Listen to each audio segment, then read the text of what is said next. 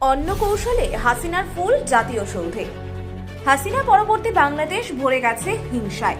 প্রতিটি প্রান্তে লাগাতার আক্রান্ত হচ্ছেন আওয়ামী লীগ কর্মী ও সমর্থকরা। এখানেই শেষ নয়, অনেককে বঙ্গবন্ধুকে সমর্থন করার জন্য হত্যাও করা হয়েছে। এমন ভয়াবহ পরিস্থিতিতেও বাংলাদেশে পালন করা হয় বিজয় দিবস। যদিও সেখান থেকেও হাসিনাকে পৃথিবীর ঘৃণ্যতম স্বৈরাচারী তকমা দেন অন্তর্বর্তীকালীন সরকারের প্রধান উপদেষ্টা মোহাম্মদ ইউনূস। বঙ্গবন্ধু ও হাসিনাকে শ্রদ্ধা জানাতে দেখা গেলেই সৃষ্টি হতো অশান্তি।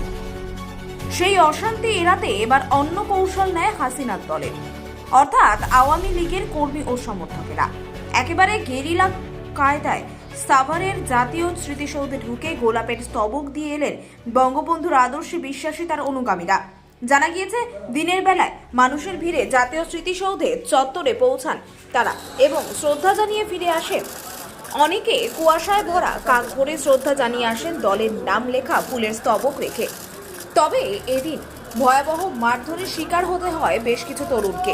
জানা গিয়েছে, তারা শ্রদ্ধা জানাতে 32 নম্বর ধানমন্ডিতে শেখ মুজিবরের বাসভবনে হাজির হলে তাদের উপর হামলা চালানো হয় বলে বেশ কয়েকজন সশস্ত্র যুবককে, তাও আবার পুলিশের উপস্থিতিতে। এরপর তাদের গ্রেপ্তার করে পুলিশ। মিছিল করার চেষ্টায় ছিল আওয়ামী লীগের এই কর্মীরা বলে খবর।